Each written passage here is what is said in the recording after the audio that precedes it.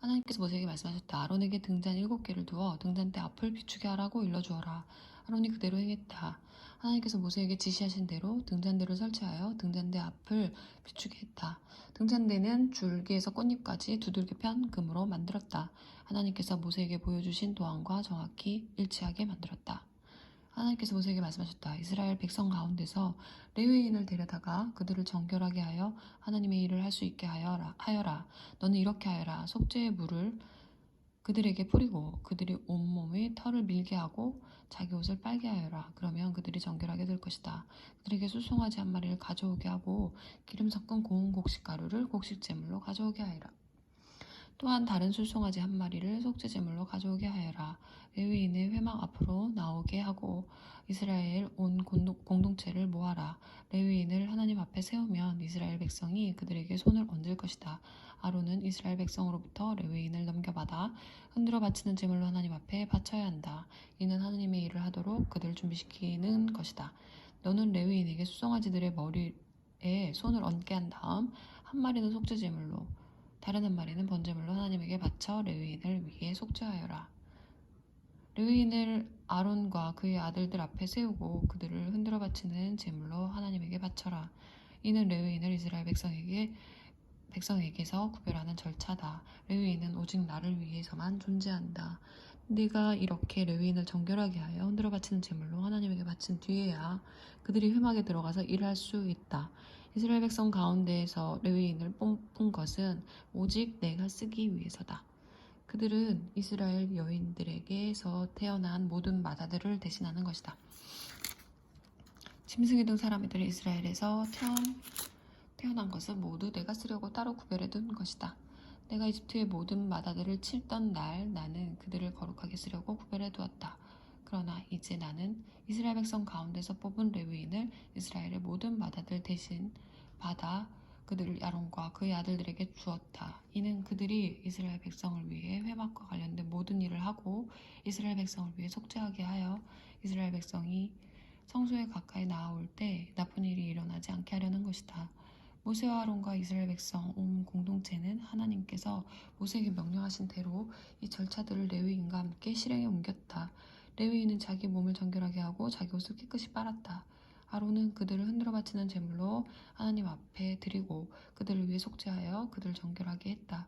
그런 뒤에 레위인은 회막으로 가서 일을 했다. 아론과 그의 아들들은 하나님의 지시에 따라 그들을 감독했다. 하나님께서 모세에게 말씀하셨다. 이것은 레위인에 관한 지침이다. 그들은 25살이 되면 회막에 들어가 일을 시작해야 한다. 50살이 되면 일에서 물러나야 한다. 그들의 형제들이 회막에서 하는 일을 도울 수는 있지만 직접 그 일을 맡아 해서는 안 된다. 이것이 레위인의 직무에 관한 기본 규례다. 이집트를 떠나 이듬해 첫째 달에 하나님께서 시내 광야에서 모세에게 말씀하셨다. 이스라엘 백성이 정해진 때에 유월절을 기념하여 지키게 하라. 예정대로 이달 14일 저녁에 모든 규례와 절차에 따라 유월절을 기념하여 지켜라. 모세가 이스라엘 백성에게 유월절을 기념하여 지키라고 명령하자 그들이 첫째 달 14일 저녁에 시내 광야에서 유월절을 지켰다. 이스라엘 백성은 하나님께서 모세에게 명령하신 대로 모두 행했다. 그러나 그들 가운데 몇 사람은 주검 때문에 부정하게 되어 정해진 날에 유월절을 지킬 수 없었다. 그들이 유월절에 모세와 아론에게 나와서 모세에게 말했다. 우리가 주검 때문에 부정하게 되기는 했지만 어찌하여 우리가 유월절 정해진 때에 다른 이스라엘 자손과 함께 하나님께 제물을 드리지 못하게 막는 것입니까?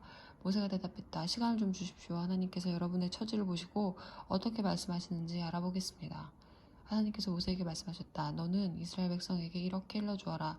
너희 가운데 어떤 사람이 주검 때문에 부정하게 되었거나 먼 여행길에 있다 하더라도 또 하나님의 유월절을 기념하여 지킬 수 있다. 그러나 그런 사람은 둘째 달 14일 저녁에 유월절을 지켜야 한다. 누룩을 넣지 않은 빵과 쓴 나물을 곁들여 유월절 양을 먹고 다음날 아침까지 아무것도 남기지 마라. 어린 양의 뼈를 꺾지도 마라. 모든 절차를 그대로 따라라. 그러나 정결한 사람이나 여행 중이 아닌 사람이 유월절을 지키지 않으면 그 사람은 자기 백성 가운데서 끊어져야 한다. 정해진 때에 하나님에게 제물을 바치지 않았기 때문이다.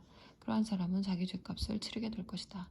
너희와 함께 사는 외국인이 하나님의 유월절을 지키려면 모든 규례와 절차를 따라야 한다. 외국인이나 본국인에게나 똑같은 절차가 적용된다. 성막을 세우던 날 구름이 성막 곧 증거판이 보관된 성막을 덮었다. 해가 질 무렵부터 새벽녘까지 구름이 성막을 덮고 있었다. 그 구름은 불처럼 보였다. 구름은 그렇게 항상 성막을 덮고 있었다. 밤이 되면 불처럼 보였다. 구름이 성막 위로 올라갈 때면 이스라엘 백성이 행진했고 구름이 내려와 머물 때면 백성이 진을 쳤다. 이스라엘 백성은 하나님의 명령에 따라 행진하고 하나님의 명령에 따라 진을 쳤다. 구름이 성막 위에 머무는 동안에는 진을 쳤다. 구름이 성막 위에 여러 날을 머물면 그들은 하나님의 명령에 따라 행진하지 않았다. 구름이 성막 위에 머물러 있는 동안에는 하나님의 명령에 순종하여 진 안에 머물렀고 하나님께서 명령을 내리시면 곧바로 행진했다. 구름이 해가 질 무렵부터 새벽녘까지 머물다가 동이 틀 무렵에 올라가면 그들은 행진했다. 밤이든 낮이든 상관없이 구름이 올라가면 그들은 행진했다. 구름이 성막 위에 이틀을 머물든 한 달을 머물든 한 해를 머물든 상관이 없었다. 구름이 성막 위에 머무는 동안에는 그들도 그 자리에 머물렀다. 그러다가 구름이 올라가면 그들도 일어나 행진했다. 그들은 하나님의 명령에 따라 진을 치고 하나님의 명령에 따라 행진했다. 그들은 모세가 전한 하나님의 명령에 순종하며 살았다. 하나님께서 모세에게 말씀하셨다. 너는 두들겨 편 은으로 나팔 2개를 만들어라. 회중을 불러 모으거나 진의 행진 명령을 내릴 때 이 2나팔을 사용하여라. 나팔 2를 같이 불면 온 공동체가 회막 입구에 모여 너를 만날 것이다. 나팔 하나를 짧게 불면 그것은 지도자들 곧 가문의 우두머리들에게 모임을 알리는 신호다. 나팔 하나를 길게 불면 그것은 행진하라는 신호다. 첫 번째 나팔 소리에는 동쪽에 진을 친 지파들이 출발하고 두 번째 나팔 소리에는 남쪽에 진을 친 지파들이 출발한다. 긴 나팔 소리는 행진하라는 신호다. 모임을 알리는 나팔 소리와 행진을 알리는 신호는 다르다. 나팔을 부는 일은 아론의 아들들인 제사장들이 맡는다. 이것은 그들이 대대로 맡아야 할 임무다. 침략자들에 맞서 싸우러 나갈 때는 나팔을 길게 불어라. 그러면 하나님이 너희를 알아보고 너희 원수들에게서 너희를 구해줄 것이다. 경축일과 정한 절기의 음력 초 하룻날에는 번제물과 화목제물을 바치며 나팔을 불어라. 그 소리를 듣고서 너희는 하나님에게 주의를 기울이게 될 것이다. 난 하나님 너희 하나님이다. 둘째 해 둘째 달 20일에 증거판이 보관된 성막 위로 구름이 올라갔다. 그러자 이스라엘 백성은 시내 광야에서 출발하여 구름이 바란 광야에 내려앉을 때까지 이동했다. 그들은 하나님께서 모세를 통해 주신 명령에 따라 행진을 시작했다. 유다 진영의 깃발이 앞장섰고 암미나답의 아들 나손의 지휘 아래 부대별로 출발했다. 이사갈 지파의 부대는 수알의 아들 느다넬이 이끌었고 스불론 지파의 부대는 헬론의 아들 엘리압이 이끌었다. 성막을 거두자 게르손 자손과 무라리 자손이 성막을 메고 출발했다. 루벤 진영의 깃발이 그 뒤를 이었는데 스데울의 아들 엘리술이 부대를 이끌었다. 시므온 지파의 부대는 수리사떼의 아들 술루엘이 이끌었고 갓 지파의 부대는 두엘의 아들 엘리아삽이 이끌었다.